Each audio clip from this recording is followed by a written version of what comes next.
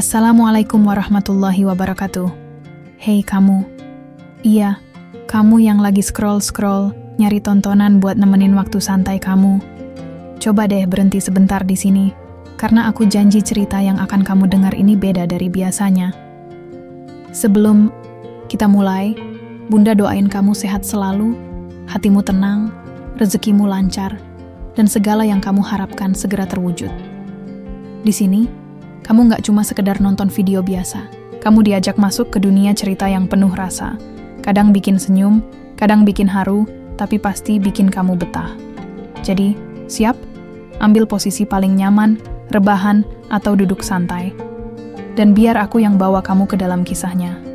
Selamat menikmati dan jangan lupa tinggalkan komentar kalau kamu suka. Tukang cuci mobil Indonesia dicintai bule, kaya raya asal Swiss. Hari itu panas sekali. Langit cerah tak ada awan. Matahari serasa menggantung rendah di atas kepala. Arif mengelap keringat yang menetes dari pelipis sambil berdiri di depan mobil, SUV hitam metalik yang baru saja selesai dicucinya. Tangannya lincah merapikan peralatan, memastikan semua kembali ke tempatnya. Arif, pemuda 25 tahun asal kampung di pinggiran Jawa Tengah, sudah 2 tahun bekerja sebagai tukang cuci mobil di sebuah tempat pencucian mobil di daerah Canggu, Bali. Ia dikenal di antara teman-temannya sebagai anak lugu, sering senyum sendiri, dan punya selera humor yang kadang nggak nyambung, tapi selalu berhasil bikin orang tertawa. Gajinya pas-pasan, tapi cukup untuk makan, sewa kos, dan kirim uang ke ibunya di kampung. Pagi itu, sebuah mobil sedan putih berhenti di depan tempat cucian. Arif buru-buru berdiri tegak dan menyambut dengan senyum ramah. Dari dalam mobil keluar seorang wanita bule. Kulitnya putih seperti porselen, rambut pirangnya dikuncir ke atas, dan ia mengenakan dress musim panas warna merah menyala. Kacamata hitam menutupi setengah wajahnya, tapi senyumnya jelas terlihat. "Hai," sapa wanita itu dengan logat asing yang terdengar manis. "Halo, mau cuci mobil, Miss?" tanya Arif sopan. "Yes, please. Full wash." Arif mengangguk dan langsung mulai bekerja. Ia memperlakukan mobil itu seperti barang antik. Membersihkan setiap sudut, dari pelek hingga spion. Ia semprot, sabuni, gosok, dan lap dengan sangat hati-hati. Ia tidak sadar. Dari kejauhan, wanita itu memperhatikan setiap gerakannya. Setelah hampir 1 jam, mobil putih itu mengilap seperti baru keluar dari showroom. Arif memanggil wanita itu dan menyerahkan kunci. "Mobilnya sudah selesai, Miss." Wanita itu berjalan mendekat, membuka kacamatanya, dan tersenyum. "You did it perfectly," katanya. Lalu ia merogoh tas kecilnya dan mengeluarkan uang tip. Jumlahnya membuat Arif membeku. "Loh, ini terlalu banyak, Miss. Salah hitung mungkin." No, it's for you. You clean like an artist." Arif hanya bisa mengangguk. Tangannya gemetar menerima uang itu. Wanita itu melambaikan tangan dan masuk ke mobilnya, lalu pergi meninggalkan Arif yang masih berdiri mematung sambil melihat uang di tangannya. 3 hari kemudian, mobil putih itu datang lagi. Kali ini, wanita itu membuka kaca jendela dan memanggil langsung, "Arif, are you free today?" Arif kaget namanya disebut. Ia jalan cepat menghampiri. "Mau cuci mobil lagi, Miss?" "Yes. But, can I help today?" "Cuci bareng?" Arif bengong. "Bareng?" "Yes. I want to feel the bubbles," jawabnya sambil tertawa kecil. Tak lama kemudian, mereka sudah berdiri berdampingan. Arif menyerahkan spons cadangan dan mulai menjelaskan cara menyabuni. Entah kenapa, suasananya berubah jadi seperti adegan film. Mereka bercanda, saling siram air, bahkan tertawa lepas ketika Alesha, baru ia tahu namanya hari itu, tidak sengaja menyemprot wajah Arif pakai selang. Sorry, katanya sambil menahan tawa. "Gak apa-apa, Miss. Biasanya juga disiram, bos.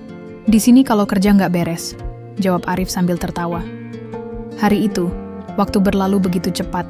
Arif merasa seperti bukan sedang bekerja, tapi seperti sedang ikut audisi sinetron romantis yang absurd, tapi menyenangkan.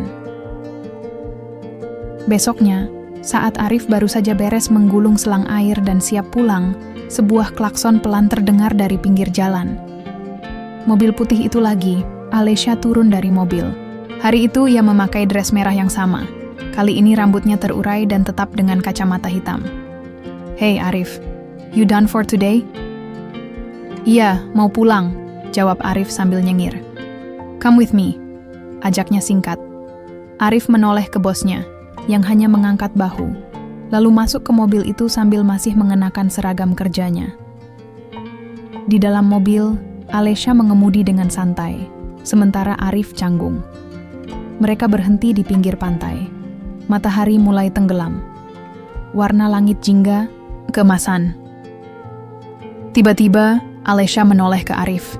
Ia mengangkat tangannya, membentuk simbol jari Korean heart yang kecil tapi jelas. Arif menatap simbol itu lalu menatap wajah Alesya. Dia cuma bisa diam. "Do you understand?" tanya Alesya pelan. Arif menelan ludah, lalu tertawa kecil. "Saya kira ini cuma gaya-gayaan di Instagram." Alesya ikut tertawa, lalu memegang tangan Arif. Dan untuk pertama kalinya, Arif merasa bahwa hidupnya, yang selama ini cuma diisi air, sabun, dan ember, mulai berubah. Sejak hari itu, hidup Arif berubah. Bukan dalam arti tiba-tiba jadi orang kaya atau viral di media sosial, tapi lebih ke rasa gugup yang terus menempel setiap kali ia bangun pagi. Setiap mencuci mobil, ia jadi sering menoleh ke jalan, berharap-harap cemas mobil putih itu datang lagi. Dan memang datang. Dalam 5 hari terakhir, Alesya selalu mampir ke tempat cucian. Kadang cuma ngobrol sebentar. Kadang bawa kopi dingin untuk Arif. Kadang ikut bantu cuci seperti kemarin. Bahkan hari ini, ia cuma datang untuk duduk di bangku plastik sambil mengamati Arif bekerja. Teman-teman kerja Arif sudah mulai heboh. Bambang, rekan paling bawel di cucian, nyengir sambil ngeledek. "Wih, bule merah datang lagi tuh. Gimana Arif? Udah dapet jodoh kelas ekspor?" Arif cuman geleng kepala sambil tetap menyikat bemper mobil. "Ngaco bang, ngaco dari Hong Kong. Itu bule mah naksir lo. Jelas banget. Tiap hari dateng, duduk manis kayak nunggu jodoh." "Dia baik aja. Mungkin kesepian." Bambang tertawa. "Kesepian kok milih tempat cucian. Kalau kesepian ya ke kafe, bukan nonton lu nyabunin mobil." Arif diam. Sebenarnya, di dalam hatinya juga mulai kacau. Ia bukan anak kemarin sore yang nggak ngerti perasaan. Alesya jelas menunjukkan ketertarikan. Tapi Arif terlalu sadar diri. Ia hanya tukang cuci mobil. Sedangkan Alesya, bule kaya, dandan selalu rapi, mobilnya mengkilap, tasnya pasti mahal, jam tangannya lebih mahal lagi. Satu langkahnya aja bisa beli motor cicilan 3 tahun. Sore itu, ketika tempat cucian mulai sepi, Alesya berdiri dari bangkunya dan menghampiri Arif yang baru selesai kerja. "Let's go for a walk?" tawarnya sambil menyodorkan botol air mineral. Dingin, Arif ragu. "Saya masih pakai baju kerja." "It's okay. I like you in this uniform." Arif menoleh ke Bambang, minta izin pakai mata. Bambang cuma mengangkat alis, lalu sibuk pura-pura bersihkan mesin semprot. Alesya mengajak Arif ke taman kota. Duduk di bangku panjang, di bawah pohon rindang. Angin sore berhembus pelan. Alesya melepas kacamatanya. Matanya berwarna biru muda, tajam tapi hangat. "Kamu selalu kerja keras ya?" tanya Alesya sambil menatap langit. "Iya, sudah biasa. Kalau enggak kerja ya enggak makan." Alesya tertawa kecil. "Kamu selalu jawab jujur. Itu yang aku suka." Arif kaget. Baru kali ini, bule ngomong kayak begitu, langsung ke intinya. Ia bingung mau jawab apa. Jadi ia malah membuka botol air dan minum cepat-cepat. "Di negara aku, laki-laki banyak bicara manis. Tapi aku suka kamu. Kamu jujur, sederhana." "Terima kasih," jawab Arif pelan. Jantungnya berdetak cepat. Ia bukan tipe yang biasa dipuji. "Kamu nggak marah aku sering datang?" tanya Alesya lagi. "Enggak. Saya malah bingung. Kenapa, Miss?" Alesya, suka datang ke tempat kayak gitu." Alesya tersenyum. Karena ada kamu. Jawaban itu membuat Arif diam cukup lama. Ia tahu ini bukan candaan. Tatapan Alesha serius. Kamu tahu, lanjut Alesha pelan, kadang uang dan liburan mewah itu nggak cukup. Aku sudah ke banyak tempat. Tapi kadang yang bikin bahagia cuma hal kecil. Seperti kamu. Seseorang yang tulus. Arif merasa seperti diceburin ke laut tiba-tiba. Matanya menatap ujung sepatu bututnya. Ia takut terlalu berharap. Tapi kalimat-kalimat Alesha terlalu jujur. Malam itu, Arif pulang ke kosnya dengan kepala penuh pertanyaan. Ia masuk kamar, duduk di kasur tipis, dan menatap kipas angin murahan yang berputar lambat. Apa benar ini nyata? Apa benar seorang bule cantik, kaya dan pintar bisa suka pada tukang cuci mobil kayak dia? Di luar, suara tong-tong bakso lewat. Kehidupan terus berjalan seperti biasa. Tapi di hati Arif, ada sesuatu yang mulai berubah. Dan untuk pertama kalinya, ia membuka galeri foto di HP-nya yang murah, lalu memandangi selfie yang tadi mereka ambil berdua di taman. Alesha tersenyum lebar. Arif canggung setengah mati. Tapi wajahnya bersinar. Ia tahu, hidupnya tak akan sama lagi. Hari itu Arif baru selesai mencuci 3 mobil sejak pagi. Tangannya kaku karena kebanyakan nyikat vel. Baju kerjanya penuh sabun, yang sudah kering, meninggalkan bekas putih di dada dan punggung.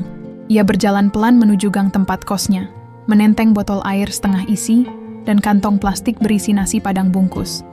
Langkahnya terhenti ketika melihat mobil putih berhenti di mulut gang. Mobil itu mencolok banget di antara motor bebek dan angkot parkir. Seorang ibu penjual gorengan yang biasa mangkal di situ bahkan menghentikan gorengannya sambil celingukan penasaran.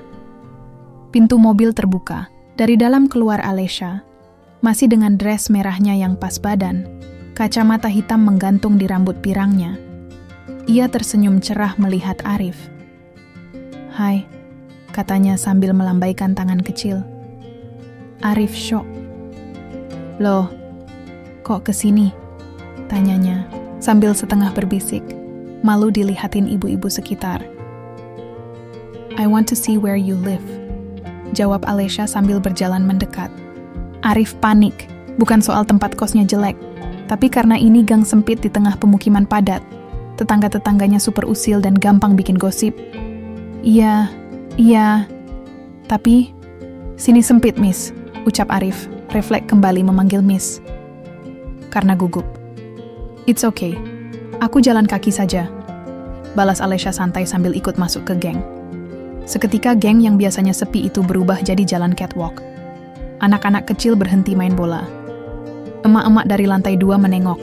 Bahkan Pak RT yang biasanya judes keluar sambil bawa koran dan sok pura-pura lewat. Arif makin canggung. Ia berjalan cepat sambil sesekali menoleh ke belakang, memastikan Alesha masih mengikutinya. Sesampainya di depan rumah kontrakannya yang kecil dengan pagar besi berkarat, Arif membuka gembok. "Ini rumah saya. Maaf sempit dan sederhana." Alesha melihat sekeliling. Rumah itu punya 1 kamar, 1 dapur kecil, dan ruang tengah dengan kipas tua berdecit. Tapi bersih, sangat bersih. "Looks cozy," ucap Alesha sambil duduk di kursi plastik warna hijau. Arif cepat-cepat membereskan galon, air yang tadi belum dipasang, menyembunyikan cucian yang belum sempat dilipat, dan menyalakan kipas. "Maaf ya, harusnya saya yang ngajak, bukan kamu yang nekat ke sini." Alesha tertawa kecil. "Aku suka kejutan, dan aku ingin mengenal kamu lebih baik." Arif duduk di ujung kasur, tangannya saling menggenggam, bingung harus ngomong apa. "Kamu enggak malu temenan sama orang kayak saya?" tanyanya akhirnya. "Kenapa harus malu?" Alesha balik bertanya. "Aku enggak peduli kamu kerja apa. Yang aku lihat itu cara kamu kerja, sikap kamu, dan hatimu." Kalimat itu terdengar sederhana, tapi menampar Arif dalam-dalam. Seumur hidup, belum pernah ada orang sejujur itu menilai dirinya. Selama ini ia hanya dinilai dari seragam kotornya, tangan kasarnya, dan statusnya sebagai anak kos tukang cuci mobil. Tiba-tiba pintu depan diketuk. Ternyata Bu Asni, tetangga sebelah. Mukanya penuh rasa ingin tahu.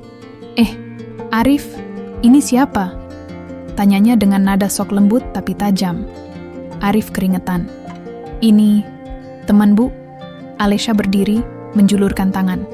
Halo, saya Alesha. Bu, Asni hampir keselek. Ia menjabat tangan Alesha sambil senyum setengah nahan syok. Duh, bule ya? Wah, ya ampun Arif, hebat kamu. Setelah tetangga pergi dan sore menjelang, Alesha berdiri hendak pamit. Thanks for today.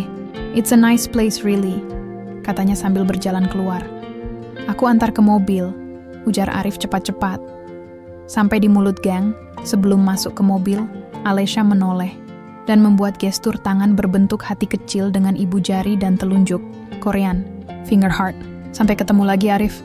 Arif berdiri mematung. Mobil putih itu perlahan menjauh, melewati penjual cilok, tukang tambal ban, dan anak-anak kampung yang masih melongo.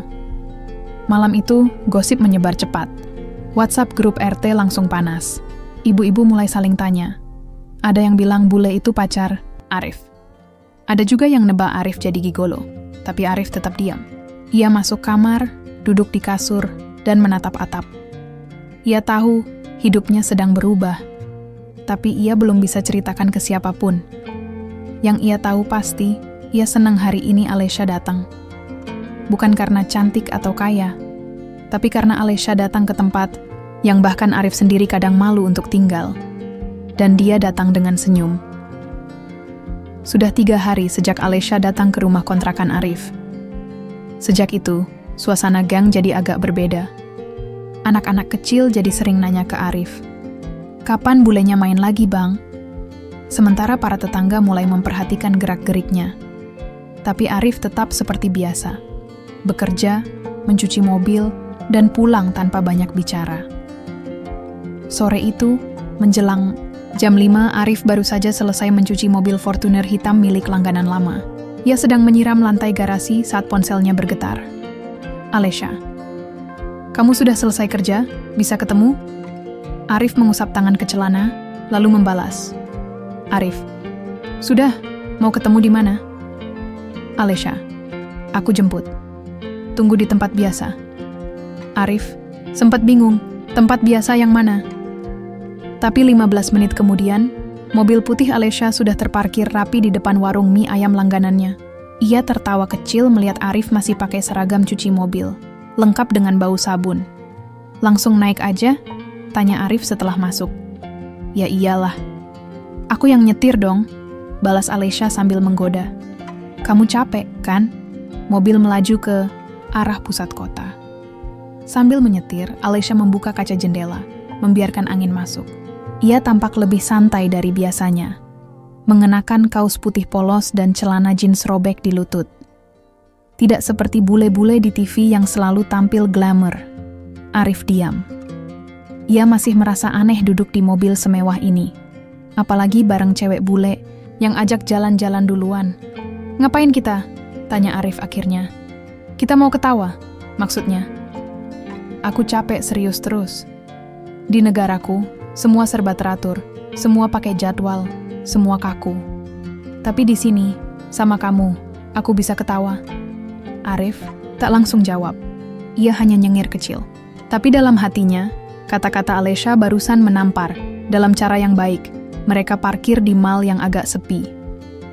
Alesha mematikan mesin dan menyandarkan kepala ke kursi. Mau makan dulu? Boleh, jawab Arif. Mereka masuk ke food court. Alesha memilih tempat yang dekat jendela, menghadap jalanan. Ia memesan pizza, sementara Arif hanya pesan nasi goreng biasa. Tapi Alesha malah ikut makan nasi goreng Arif, membuat mereka tertawa lepas seperti dua teman lama. Aku suka nasi ini, kata Alesha sambil terus nyomot dari piring Arif. Itu level pedas 2. Biasanya orang bule nggak kuat. Aku beda, balasnya sambil menjulurkan lidah dan minum es teh. Setelah makan, mereka kembali ke mobil, tapi tidak langsung pulang. Alesha mematikan lampu mobil, dan mereka duduk dalam gelap. Hanya lampu parkiran yang temaram. Arif memecah hening. Kenapa? Kamu baik banget ke aku. Alesha memandangi atap mobil. Karena kamu jujur, di tempat aku tinggal, orang terlalu sibuk berpura-pura. Di sini, kamu nggak pura-pura. Tapi aku cuma tukang cuci mobil. Dan aku cuma turis, jawab Alesha ringan. Kita sama, cuma 2 orang yang kebetulan ketemu. Arif menunduk. Tangannya memainkan botol air mineral yang tadi dibawa dari restoran. Aku nggak ngerti kenapa kamu suka tempat kotor, penuh debu, dan gang sempit kayak tempat tinggalku, karena tempat itu nyata.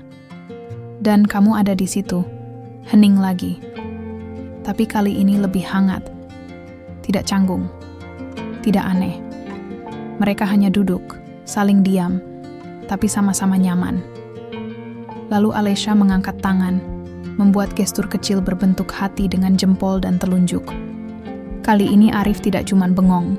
Ia membalas dengan gestur yang sama, meski tangannya agak kaku. Mereka tertawa lagi. Besok kamu kerja? Tanya Alesha sambil menyalakan mesin mobil. Pagi, mulai jam 8. Aku jemput jam 5 sore. Ya? Kenapa?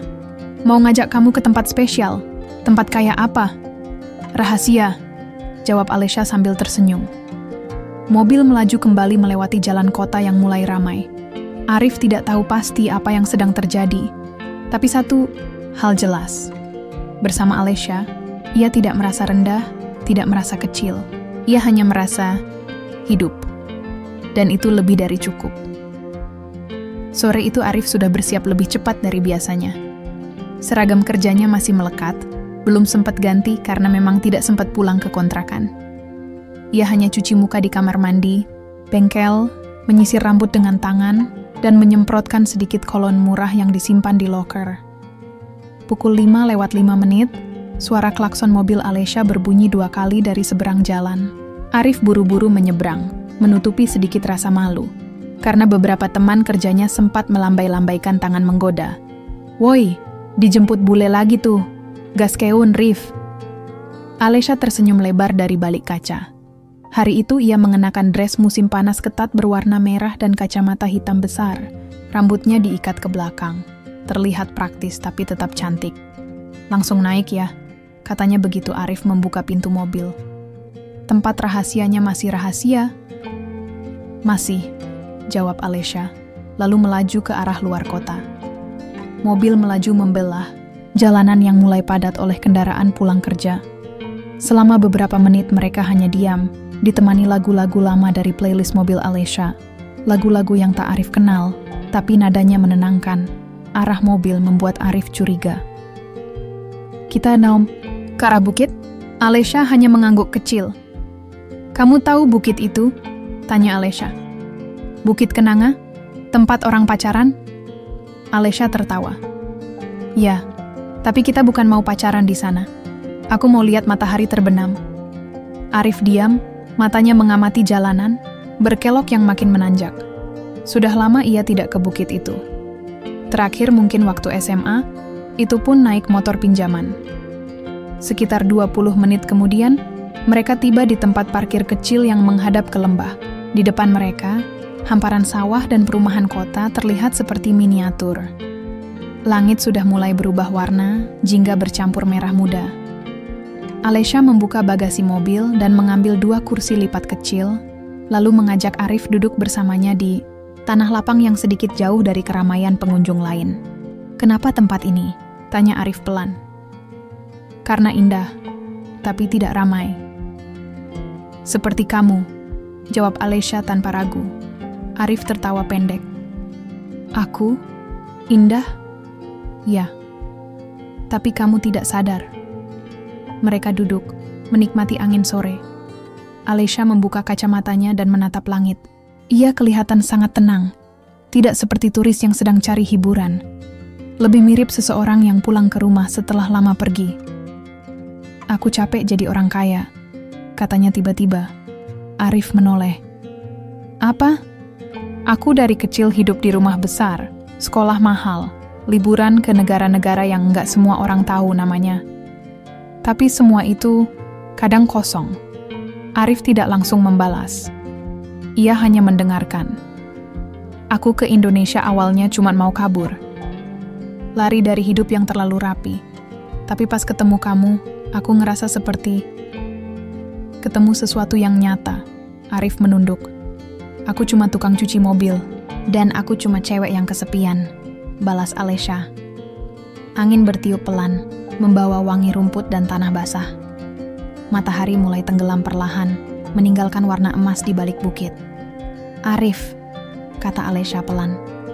Kalau aku bilang aku suka, kamu akan kabur. Arif menatap mata Alesha. Lama, lalu ia menggeleng. Aku nggak akan kabur. Tapi aku nggak tahu harus jawab apa. Jawab jujur aja. Arif menarik napas. Aku suka sama kamu. Tapi aku takut. Kamu beda dunia. Alesha tersenyum. Dunia itu bisa berubah. Mereka diam lagi. Tapi bukan diam yang dingin. Ini diam yang penuh pemahaman. Tak ada yang harus dijelaskan. Tak ada yang harus dipaksakan. Langit makin gelap. Kota mulai menyalakan lampu. Dari kejauhan, suara jangkrik mulai terdengar. Besok aku balik ke negaraku sebentar, kata Alesha pelan. Arif menoleh cepat. Besok? Aku harus urus bisnis keluarga. Tapi aku akan balik. Aku janji. Berapa lama? Aku nggak tahu pasti. Tapi aku akan kembali. Untuk kamu. Arif ingin bertanya lebih banyak. Tapi ia tahan. Ia tahu, kadang keheningan lebih jujur dari 1000 kata. Malam itu, mereka duduk lebih lama dari biasanya. Tak ada pelukan, tak ada ciuman, hanya dua orang yang saling memandang dan tahu sesuatu sedang tumbuh di antara mereka. Sesuatu yang sederhana, tapi kuat. 3 bulan berlalu sejak Alesha pergi ke negaranya. Arif kembali ke rutinitas semula. Bangun pagi, kerja seharian, lalu pulang ke kontrakan kecilnya. Tidak ada lagi mobil mewah datang menjemput. Tidak ada lagi tawa-tawa di sela, semprotan air sabun. Teman-temannya di tempat cuci mobil sudah tidak lagi menggoda seperti dulu. Mereka tahu, Alesha tidak kembali dalam waktu dekat. Bahkan mungkin, tidak kembali sama sekali. Tapi Arif tidak mengeluh. Ia tidak pernah menggantungkan harapan terlalu tinggi. Ia terus bekerja, terus menabung, dan terus menjaga satu hal, keyakinan. Sampai suatu sore, ketika Arif baru saja selesai mencuci mobil terakhir hari itu. Sebuah mobil hitam berhenti di depan tempat kerjanya. Bukan mobil Alesha, tapi jelas bukan mobil sembarangan. Sopirnya turun dan menghampiri Arif. Kamu Arif? Iya, saya. Ini ada titipan dari Ibu Alesha, katanya sambil menyerahkan sebuah map tebal dan satu amplop putih. Arif menerima keduanya dengan bingung. Di dalam map, tertulis dokumen kontrak kepemilikan saham sebuah perusahaan rental mobil, lengkap dengan tanda tangan Alesha dan surat kuasa atas nama Arif. Sementara dalam amplop, ada sepucuk surat tulisan tangan. Arif, kamu pasti bingung terima ini semua. Tapi ini bukan hadiah. Ini awal dari kerja kerasmu yang baru. Aku kembali ke Indonesia minggu depan, tapi aku ingin kamu lebih dulu baca semua dokumen itu dan siapkan dirimu. Aku tidak sedang main-main. Aku mau kamu jadi bagian dari hidupku, dari segala sisi. Termasuk bisnis. Alesha.Arif membaca surat itu 2 kali, lalu 3 kali. Ia masih bingung, masih ragu ini nyata atau mimpi. Tapi rasa hangat di dadanya tidak bohong. Alesha tidak lupa. Dan yang lebih penting, Alesha tidak meninggalkannya. Seminggu kemudian, Alesha benar-benar kembali. Ia tidak menjemput Arif di tempat cuci mobil kali ini. Ia langsung datang ke kontrakan Arif, membawa koper kecil dan senyum yang ia tahan sejak di bandara. Aku rindu, katanya tanpa basa-basi.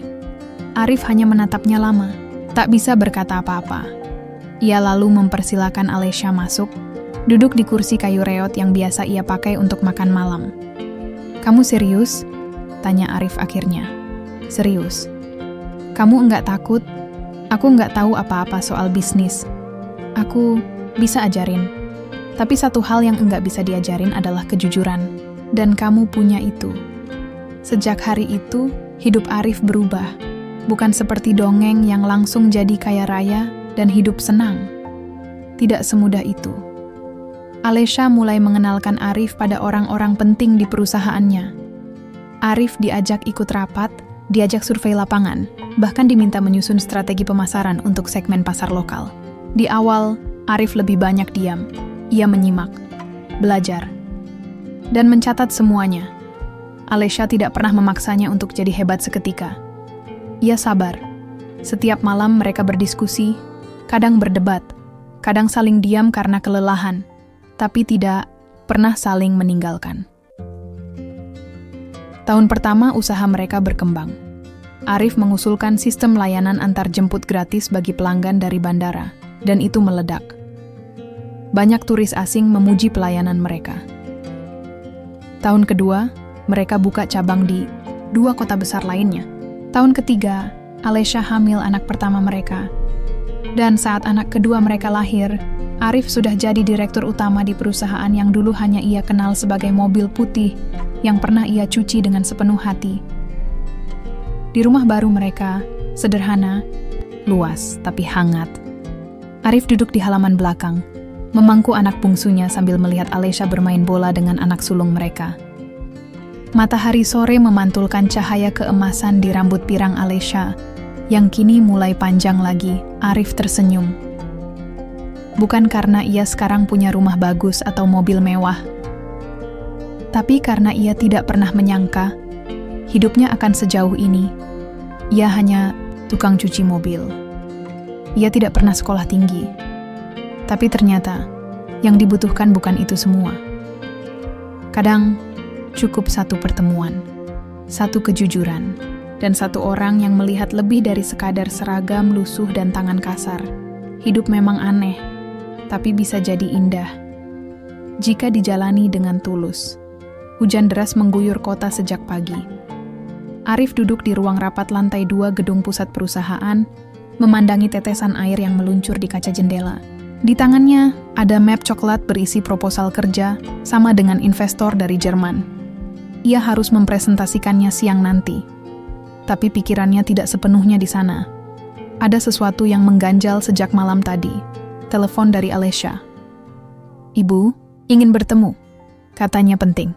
Ucap Alesya singkat waktu itu. Arif tahu hubungan Alesya dan ibunya tidak hangat. Ibunya, wanita bangsawan Jerman yang keras dan kaku, dulu pernah terang-terangan menolak hubungan Alesya dengan Arif. Bahkan saat mereka menikah dan punya anak, ibu Alesya tidak datang. Tapi kini, setelah bertahun-tahun, ia ingin bertemu. Jam 11 siang, Arif dan Alesya tiba di restoran hotel bintang 5 tempat pertemuan dijadwalkan. Ibu Alesya sudah duduk di sana, mengenakan mantel panjang dan topi klasik khas Eropa. Wajahnya dingin seperti pertama kali Arif melihatnya lewat foto. "Kamu terlihat berbeda," katanya pada Arif tanpa basa-basi. Sudah seperti orang kota, Arif hanya tersenyum sopan. Ia tahu, itu bukan pujian. Alesya menggenggam tangan suaminya di bawah meja. "Apa yang ingin ibu bicarakan?" Wanita itu menatap putrinya lekat. "Aku akan pensiun dari yayasan keluarga. Dan aku butuh seseorang untuk meneruskannya. Bukan kamu, Alesya. Kamu sudah memilih jalanmu sendiri. Tapi aku ingin cucu-cucuku tetap punya ikatan dengan darah Jerman mereka." Alesya tersentak. "Ibu serius?" "Sangat serius. Aku ingin kalian pindah ke Jerman. Anak-anak masuk sekolah di sana, dan Arif..." Ia memandang Arif tajam. "Aku akan bantu kamu menyesuaikan diri. Aku tahu kamu cerdas, tapi kamu butuh bimbingan." Rasanya seperti bom meledak di tengah meja. Arif menunduk, memikirkan kata-kata itu. Ia tidak menyangka, setelah semua perjuangan di Indonesia, kini ditawari hidup baru di negeri yang asing. Bukan sekadar tawaran, tapi semacam perintah.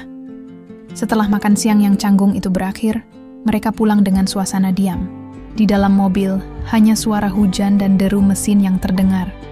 Sampai akhirnya Arif angkat suara. "Kamu mau?" Alesya memandang keluar jendela. "Entahlah, kadang aku rindu rumah lamaku. Tapi di sini aku bahagia. Kamu dan anak-anak, semuanya ada di sini." Arif mengangguk pelan. "Kalau kamu ingin pergi, aku ikut. Tapi aku nggak mau meninggalkan usaha ini begitu saja. Kita bangun ini bareng-bareng." Malamnya, mereka duduk di kamar berdua setelah anak-anak tidur. Alesha memeluk lututnya di atas tempat tidur. Kita tidak harus tinggal selamanya di sana. Mungkin setahun, 2 tahun. Lihat dulu bagaimana. Kalau memang tidak cocok, kita kembali.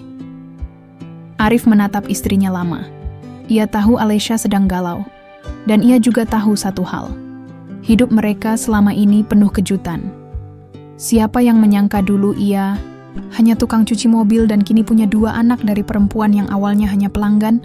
2 bulan kemudian, keputusan diambil. Mereka akan pindah. Sementara, perusahaan di Indonesia dikelola tim yang sudah mereka percayai. Arif mengurus dokumen-dokumen penting. Alesha mencari sekolah yang cocok untuk anak-anak. Dan di suatu pagi yang cerah, mereka meninggalkan rumah yang selama ini mereka cintai, dengan 1 koper besar dan 2 ransel kecil di punggung anak-anak mereka. Di bandara, Arif berdiri lama menatap pesawat di luar jendela. Ia memegang tiket, tapi di kepalanya seperti masih memutar ulang seluruh perjalanan hidupnya. Dari cucian mobil, ke ruang rapat, dari tenda parkir, ke lounge bisnis. Dari sendirian, ke menggandeng perempuan yang membuatnya percaya pada hal-hal yang dulu ia anggap mustahil. Alesha mendekat, menggandeng lengannya. Siap? Arif menarik napas panjang. Entah, tapi kalau kamu di sebelahku, ya, aku siap. Mereka naik ke pesawat, duduk bersebelahan. Anak-anak mereka tertidur di bangku, mau seberang. Alesha bersandar ke bahu Arif. Hidup kita panjang ya? Masih setengah jalan mungkin, jawab Arif. Dan pesawat pun mengudara, membawa mereka ke babak baru. Babak yang tidak pernah mereka rencanakan sejak awal, tapi kini jadi kenyataan. Karena hidup kadang seperti itu.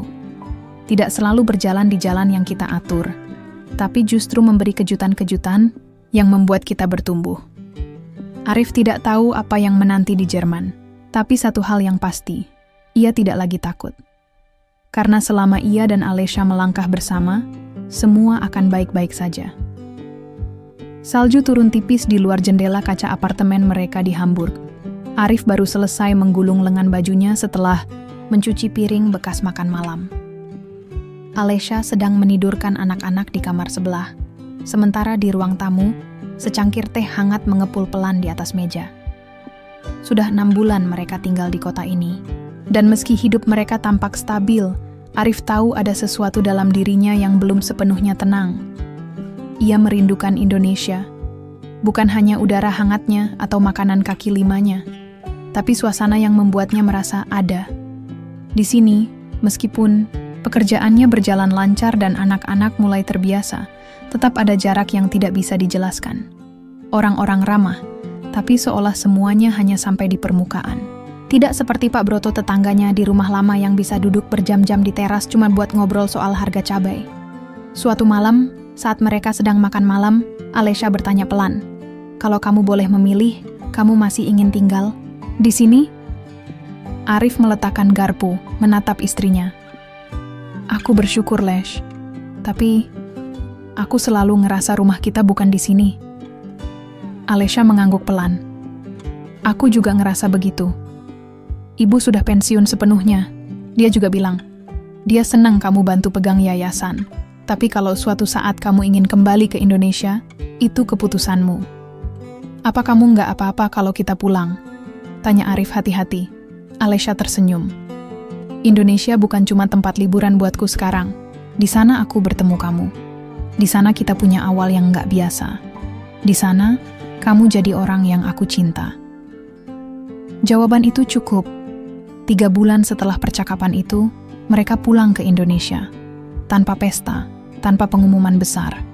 Hanya Arif, Alesha, dan 2 anak mereka turun dari taksi bandara dengan koper di tangan dan senyum lebar di wajah. Mereka tidak langsung kembali ke rumah lama. Arif ingin memulai dari tempat yang baru, tapi tetap di kota yang sama. Rumah kecil di pinggir kota, dengan halaman belakang yang cukup luas untuk anak-anak bermain. Usaha cuci mobil yang dulu ia jalankan sudah berkembang pesat di bawah pengelolaan tim kepercayaannya. Kini, Arif memutuskan tidak langsung kembali ke pucuk manajemen, tapi membangun unit baru, program pelatihan untuk pemuda putus sekolah, agar bisa mandiri lewat keterampilan otomotif. "Aku bukan cuma mau jadi sukses sendiri," katanya suatu malam pada Alesha. Aku mau anak-anak muda di kampung-kampung itu tahu mereka bisa juga kayak aku. Disinilah Arif merasa hidupnya betul-betul berarti. Setiap pagi, ia berangkat dengan seragam sederhana dan wajah cerah. Alesha ikut membantu. Kadang mengatur jadwal pelatihan, kadang menyambut tamu dari luar negeri yang ingin berkolaborasi. Anak-anak mereka mulai sekolah di SD lokal. Di hari Sabtu, mereka suka bermain di kebun kecil belakang rumah, membuat kue bersama, atau sekadar duduk sore-sore di teras. Orang-orang sekitar awalnya sempat terkejut melihat seorang bule cantik tinggal di lingkungan mereka. Tapi setelah mengenal Alesha, semua berubah. Ia mudah bergaul, tidak pilih-pilih teman, dan bahkan mulai belajar bahasa Jawa dari ibu-ibu tetangga. Alesha menjadi bagian dari komunitas, bukan hanya sebagai istri Arif, tapi sebagai dirinya sendiri. Suatu sore, Arif duduk di bangku kayu di depan rumah. Seorang remaja laki-laki menghampirinya, membawa map berisi lamaran. "Pak, saya dengar Bapak buka pelatihan cuci mobil dan servis dasar ya?" Arif tersenyum, menyambut hangat. "Iya. Kamu mau ikut?" Remaja itu mengangguk semangat. "Saya nggak tamat sekolah, Pak. Tapi saya mau kerja jujur." Arif menepuk pundaknya. "Yang penting kamu mau belajar. Besok datang ya, jam 8. Dan begitulah hidup mereka kini berjalan. Tidak selalu glamor, tidak selalu viral, tapi penuh makna. Arif dan Alesha tidak lagi mengejar mimpi besar. Mereka hidup dalam mimpi yang mereka bangun perlahan-lahan, hari demi hari, di atas kepercayaan dan kerja keras. Suatu malam, saat bulan purnama menggantung di langit, Alesha dan Arif duduk berdampingan di teras. Anak-anak sudah tidur. Angin berembus pelan, membawa bau tanah dan suara jangkrik. "Kamu bahagia?" tanya Alesha. Arif memandang bintang-bintang. "Aku nggak nyangka hidupku akan seperti ini. Dulu aku cuma tukang cuci mobil. Sekarang, aku punya kamu, anak-anak, rumah kecil ini. Dan satu hal lagi yang lebih penting." "Apa itu?" "Aku punya kesempatan buat bikin hidup orang lain berubah." Alesha memeluk lengannya. "Dan kamu melakukannya dengan cara terbaik." Malam itu, mereka tahu, meski hidup tidak selalu mudah, rumah akan selalu ada. Bukan sekadar bangunan, tapi tempat di mana dua hati saling menguatkan, dua tangan saling menggenggam, dan dua langkah kecil anak-anak mereka menjadi bagian dari cerita yang lebih besar. Dan kisah itu dimulai dari sabun mobil dan semprotan air, di tempat yang paling sederhana, tapi ternyata paling berharga. Pagi itu udara cerah. Arif baru saja menutup pintu gerbang rumah ketika ponselnya bergetar. Ia melihat layar, nama yang muncul membuat dadanya sedikit sesak. Bukarin, kantor pajak. Arif sudah mengurus banyak hal soal legalitas usahanya, jadi ia tidak langsung panik. Tapi tetap saja, panggilan dari kantor pajak bukan hal yang biasa. "Pak Arif, kami perlu Anda hadir di kantor hari ini. Ada beberapa hal dalam laporan tahun lalu yang perlu diklarifikasi." Suara di ujung telepon terdengar tegas. Setelah menenangkan hati, Arif pun berangkat ke kantor pajak. Ia duduk di depan meja petugas, membawa semua dokumen yang diminta. Tapi, semakin lama penjelasan berjalan, wajah petugas mulai berubah. Bukan curiga, tapi prihatin. "Pak Arif, maaf, ada kejanggalan. Salah satu mantan staf keuangan Anda memalsukan dokumen. Dana sebesar 200 juta terlapor tidak ada, padahal tercatat sebagai pengeluaran sah. Dan ini berisiko pidana."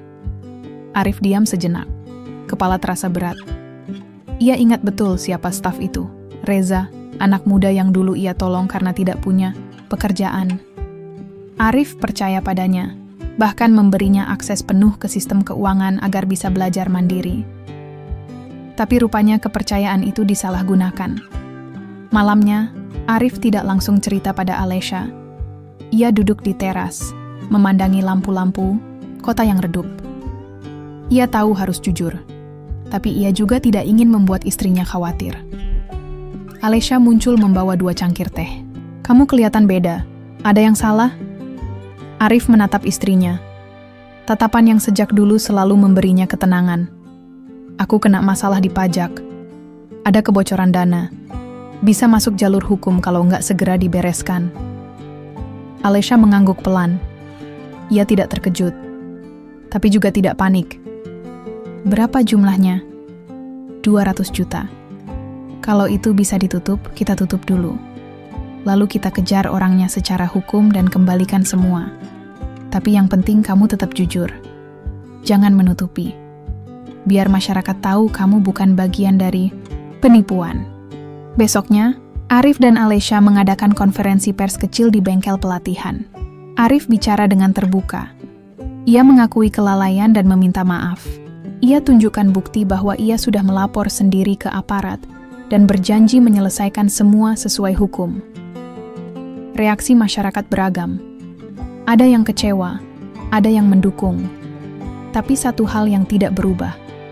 Ketulusan Arif. Seminggu kemudian, Reza berhasil ditangkap.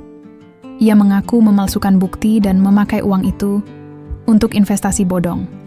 Arif tidak merasa puas, hanya lega. Ia memilih tidak membesarkan kasusnya di media. Baginya, Reza sudah cukup menerima akibat. Beberapa bulan setelah itu, kehidupan perlahan kembali normal. Program pelatihan berjalan lagi. Bahkan kini, semakin banyak anak muda yang mendaftar, bukan karena penasaran, tapi karena mereka percaya. Suatu sore, Alesha menemukan Arif sedang mencuci mobil tua yang sudah lama terparkir di halaman belakang.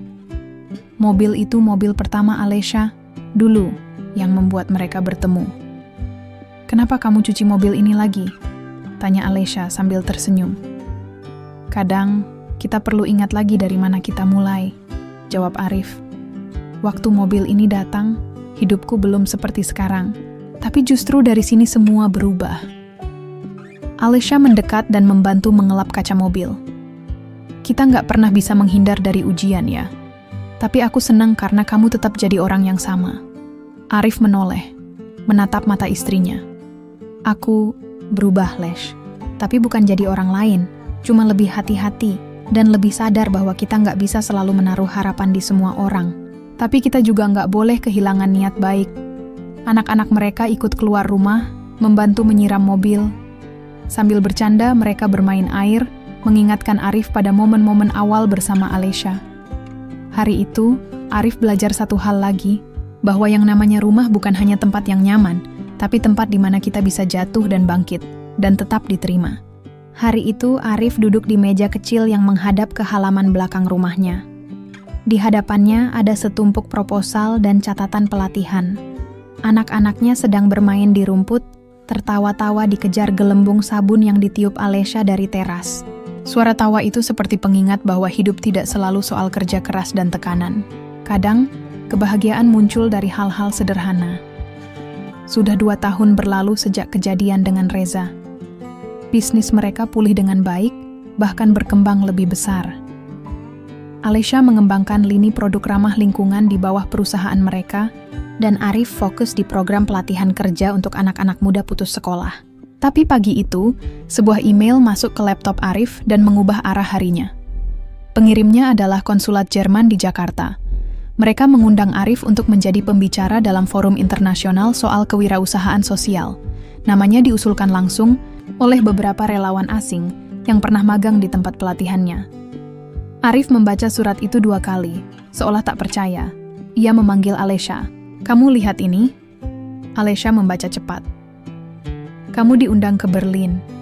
Kamu diundang sebagai inspirasi." Arif tertawa kecil. "Aku kan cuma tukang cuci mobil, Lesh." "Kamu bukan cuma tukang cuci mobil. Kamu orang yang memilih tetap jujur. Walaupun mudah untuk menyerah, itu jauh lebih berharga," jawab Alesha sambil menepuk bahunya. 3 minggu kemudian, Arif sudah berdiri di ruang konferensi besar di Berlin. Di sekelilingnya orang-orang dari berbagai negara, CEO, aktivis sosial, pengusaha muda. Ia mengenakan batik sederhana, tetap pada gaya khasnya. Ketika tiba giliran bicara, ia maju ke panggung dan membuka dengan kalimat yang membuat ruangan hening. "Saya bukan lulusan universitas ternama. Saya tidak lahir di keluarga kaya. Saya cuma tukang cuci, mobil. Tapi dari tempat itulah saya belajar arti tanggung jawab. Ia bercerita bagaimana awalnya mencuci mobil dengan hati-hati, karena itu satu-satunya pekerjaan yang ia punya.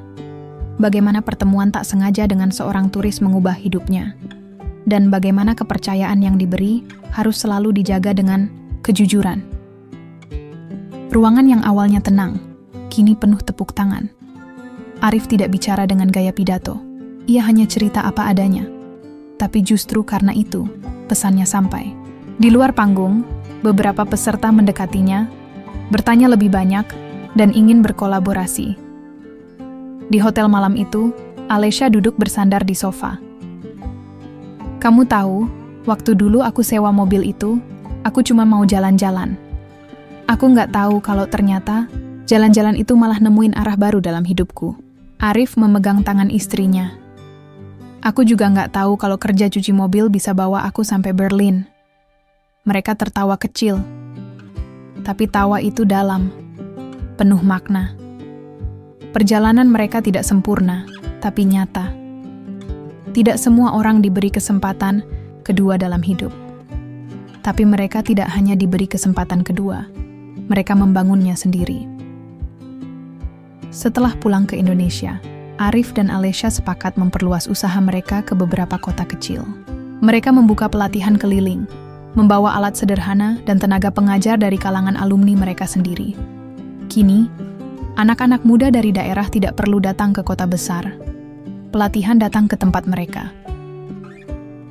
Pada sebuah acara peresmian, pelatihan di sebuah kota kecil di Jawa Tengah, seorang ibu menghampiri Arif dan memberikan kotak kecil. Ini dari anak saya, Pak. Dia dulu nakal, suka nyolong. Tapi setelah ikut pelatihan Bapak, dia berubah. Sekarang dia kerja di bengkel resmi. Ini oleh-oleh dari hasil gajinya. Arif membuka kotak itu. Isinya hanya gantungan kunci besi sederhana, berbentuk mobil kecil. Tapi ia menggenggamnya erat, seperti menggenggam sesuatu yang jauh lebih mahal. Hari semakin sore. Alesha berdiri di sampingnya, tersenyum. Anak-anak mereka berlarian di halaman pelatihan, main bola bersama anak-anak lain. Arif melihat sekeliling.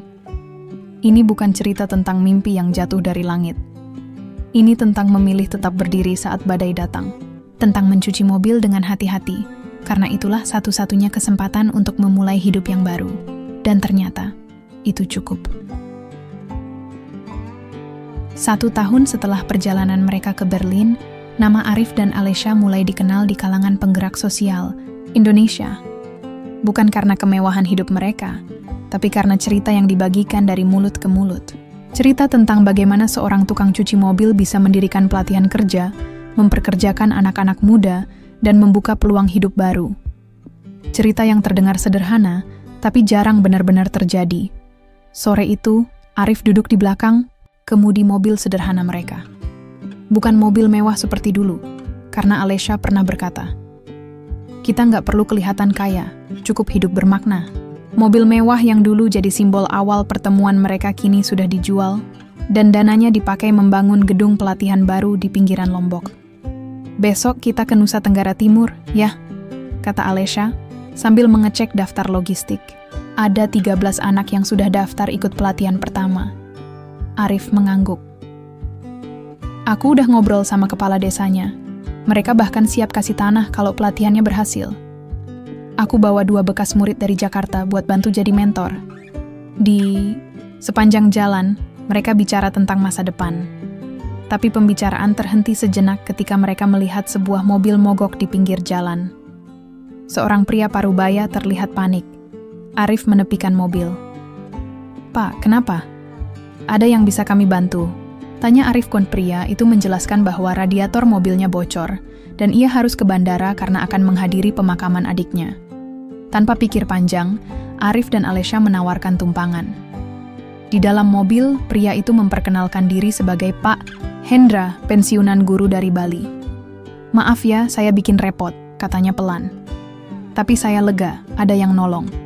Arif hanya tersenyum. "Dulu saya juga ditolong, Pak. Sekarang giliran saya." Sepanjang perjalanan, Pak Hendra mendengarkan kisah mereka. Ia tampak terdiam lama setelah tahu siapa Arif dan Alesha. Lalu ia berkata, "Saya punya lahan nganggur di Karangasem. Kalau kalian mau buka pelatihan di sana, saya kasih pinjam gratis." Arif kaget. "Beneran, Pak?" "Beneran. Saya nggak punya anak, dan saya ingin hidup saya ada gunanya. Kalian bisa bikin tempat itu berguna lagi."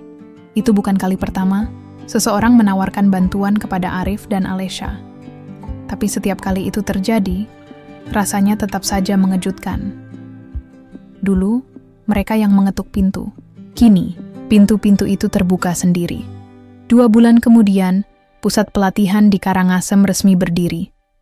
Mereka tidak menyewa bangunan mewah, hanya bangunan sederhana dari kayu dan bata, dengan cat putih dan tulisan tangan besar, Pusat Pelatihan. Mandiri Arif and Alesha. Anak-anak muda di sekitar desa datang, belajar teknik servis motor, pengelasan, dan bahkan pemasaran online.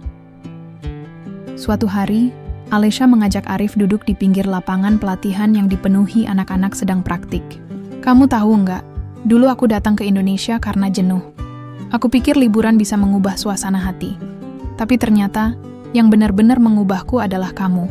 Arif tertawa kecil. "Dan kamu tahu nggak, aku dulu pikir hidupku cuma akan muter di tempat cuci mobil itu. Tapi sejak kamu kasih tip pertama itu, rasanya kayak dikasih harapan lagi." Mereka saling memandang. Tidak perlu kata-kata panjang. Cukup diam, cukup tahu. Mereka sudah jauh berjalan, dan perjalanan itu belum selesai. Malamnya, setelah anak-anak kembali ke rumah masing-masing, Arif duduk di depan laptopnya. Ia menulis proposal baru. Beasiswa pelatihan lanjutan ke kota bagi lulusan terbaik. Ia ingin mereka bukan cuma bisa kerja di kampung, tapi juga mampu bersaing di luar. Di sebelahnya, Alesha menggendong anak bungsu mereka yang tertidur pulas. Lalu pesan masuk ke email Arif dari Kementerian Tenaga Kerja. Mereka tertarik untuk menjadikan sistem pelatihan mereka sebagai program nasional. Arif terdiam.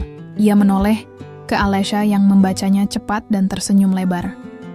"Kalau kita terima ini, kita harus bikin tim manajemen. Kita nggak bisa handle semua sendiri." Arif menarik napas panjang.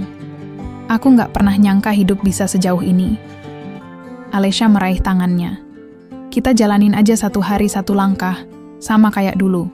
Mulai dari 1 ember sabun, 1 kain, lap, 1 mobil."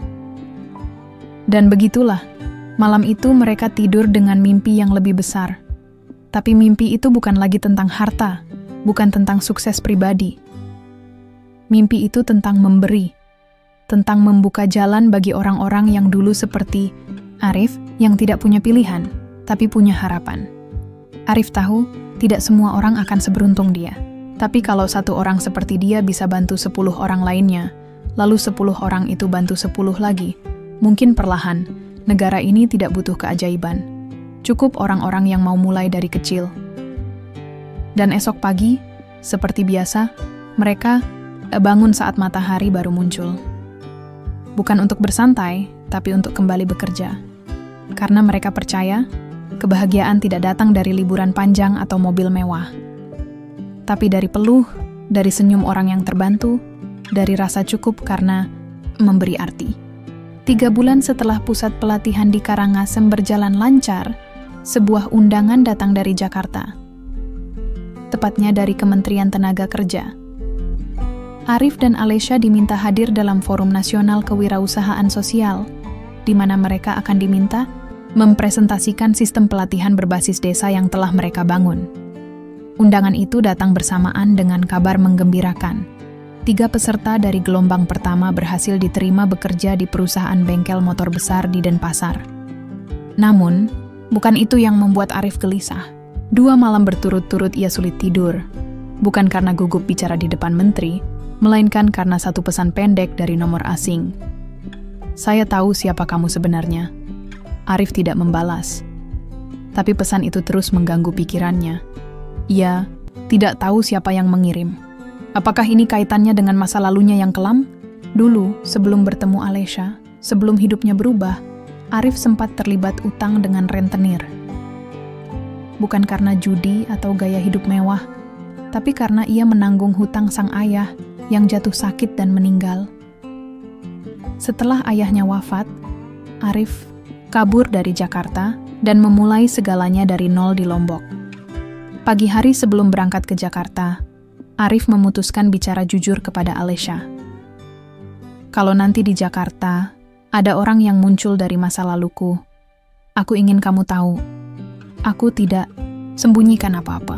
Aku pernah salah langkah, tapi aku sudah berubah. Alesya menatapnya tenang.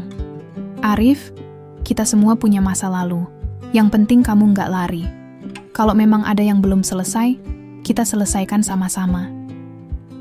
Dukungan Alesya membuat Arif sedikit tenang. Mereka naik pesawat pertama ke Jakarta. Di hotel tempat forum diselenggarakan, mereka disambut hangat. Banyak peserta lain kagum saat mendengar cerita Arif. Beberapa bahkan tidak percaya bahwa dulunya ia cuma tukang cuci mobil. Tapi saat Arif bicara di atas panggung, ia tidak menyembunyikan apapun. Saya bukan orang hebat. Saya hanya orang biasa yang diberi kesempatan kedua. Saya pernah hidup susah. Saya pernah dikejar utang. Saya pernah merasa tidak berguna. Tapi satu orang memberi saya harapan. Dan itu cukup untuk menyalakan hidup baru. Saya percaya setiap orang butuh satu kesempatan. Dan tugas kita adalah jadi orang yang memberi kesempatan itu. Sambutan meriah menggema. Tapi di tengah keramaian itu, Arif melihat sosok lelaki bertubuh besar berdiri di belakang ruangan. Sosok yang sangat ia kenal.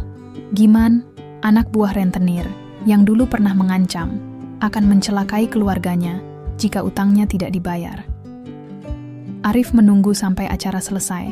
Ia mendekati pria itu. "Kamu mau apa?" Giman tersenyum sinis. "Akhirnya, kita ketemu lagi, Rif. Kamu kira dunia ini lupa sama utangmu? Aku nggak kabur. Aku mau selesaikan semua." Dengan apa? Cerita-cerita motivasi itu? Alesya yang melihat keduanya berdiri tegang, segera menghampiri. "Kalau kamu datang mau nagih uang, kami bisa cicil. Tapi kalau kamu datang mau rusak, apa yang sudah kami bangun kamu terlambat.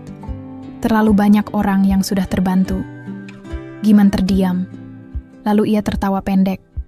"Kamu berubah, Rif. Dulu kamu gemetar lihat aku. Sekarang kamu berani bicara. Aku belajar berdiri karena anak-anak, yang kini berdiri juga." Akhirnya, Arif dan Giman sepakat. Utang lama itu masih ada, tapi bisa dibayar secara bertahap. Giman sendiri ternyata sudah bukan orang lapangan lagi. Ia hanya disuruh cek keberadaan Arif, dan terkejut saat melihat siapa Arif sekarang. Malam itu, Arif dan Alesya duduk di balkon hotel, menikmati lampu kota Jakarta. "Lucu, ya," kata Alesya. "Dulu kamu kabur dari Jakarta, sekarang kamu balik ke sini sebagai pembicara." Arif mengangguk pelan. "Dunia memang muter, tapi kali ini aku nggak lagi lari." Keesokan harinya, mereka mendapat kabar baik lain. Proposal pelatihan mandiri yang diajukan ke kementerian diterima. Pemerintah akan membantu mendanai pembangunan 3 pusat pelatihan tambahan di Sulawesi, Kalimantan, dan Papua. Tapi ada satu syarat. Mereka harus membentuk yayasan resmi. Arif tidak langsung mengiyakan. Ia berpikir, jika yayasan itu tumbuh terlalu cepat mereka bisa kehilangan kendali. Tapi Alesya punya ide. "Kita rekrut mantan peserta yang sudah sukses. Mereka yang jadi pengurus. Kita cukup jadi mentor di belakang layar." Dan itulah yang mereka lakukan. Nama yayasan itu sederhana. Yayasan Kesempatan Kedua. Tidak pakai nama mereka, tidak pakai embel-embel besar. Karena menurut Arif, yang penting bukan siapa yang mendirikan, tapi siapa yang dibantu. Beberapa bulan berikutnya, hidup mereka kembali sibuk. Tapi kali ini, sibuk dengan hal yang mereka cintai. Mereka berpindah dari satu desa ke desa lain, bertemu anak-anak muda yang dulunya merasa tidak punya arah. Setiap kali melihat wajah-wajah itu tersenyum di akhir pelatihan, Arif tahu, ini bukan akhir perjalanannya. Namun, satu hari di bulan Desember, Alesya mendadak pingsan saat memberikan pelatihan motivasi di Kupang. Arif panik. Mereka membawanya ke rumah sakit terdekat. Dokter menyarankan pemeriksaan lanjutan di Jakarta. Setelah serangkaian tes, dokter menyampaikan hasilnya. Alesya mengalami kelelahan ekstrem dan gejala awal gangguan jantung ringan. Ia butuh istirahat total selama beberapa bulan. Arif merasa dunianya berhenti. Tapi Alesha, seperti biasa, tetap tersenyum. Aku nggak menyesal, Rif. Aku cuma perlu jeda sebentar. Kamu lanjutkan semuanya. Kamu bisa. Waktu terus berjalan. 5 tahun sejak yayasan pertama berdiri. Kini ada 7 pusat pelatihan yang tersebar di Indonesia. Ribuan pemuda sudah ikut. Ratusan di antaranya bekerja di sektor formal. Puluhan lainnya membuka usaha sendiri. Di setiap pelatihan, selalu ada satu sesi khusus yang disebut Kisah Arif Alesha. Disampaikan bukan oleh mereka berdua, tapi oleh para alumni. Dan kisah itu berubah-ubah, tapi intinya sama. Tentang 2 orang biasa yang memilih untuk tidak menyerah. Suatu sore yang tenang, di teras pusat pelatihan Sleman, Arif duduk berdua dengan Alesha. Ia memandangi langit jingga yang perlahan tenggelam. Kalau hidup ini cuma sekali, kata Arif, aku bersyukur bisa menjalaninya bersamamu. Alesha menggenggam tangannya. Dan aku bersyukur karena kamu mau memaafkan dirimu sendiri dulu. Soalnya, tanpa itu, semua ini nggak mungkin terjadi. Arif tersenyum. Tidak ada pesta besar. Tidak ada selebrasi. Tapi hari itu, mereka tahu. Mereka telah menuntaskan sesuatu yang jauh lebih penting daripada semua penghargaan. Mereka telah memberi kesempatan kepada orang-orang yang dulu nyaris tak punya harapan. Dan ketika malam turun, Arif masuk ke ruangan. Kecil di rumah pelatihan, menuliskan kalimat terakhir dalam buku harian yang diam-diam ia tulis sejak awal. Hidup ini tidak adil, tapi bukan berarti kita tidak bisa membuatnya lebih baik, walau hanya sedikit. Kita cukup menjadi satu tangan, yang menarik orang lain berdiri. Karena bisa jadi, tangan kita adalah satu-satunya harapan yang mereka punya.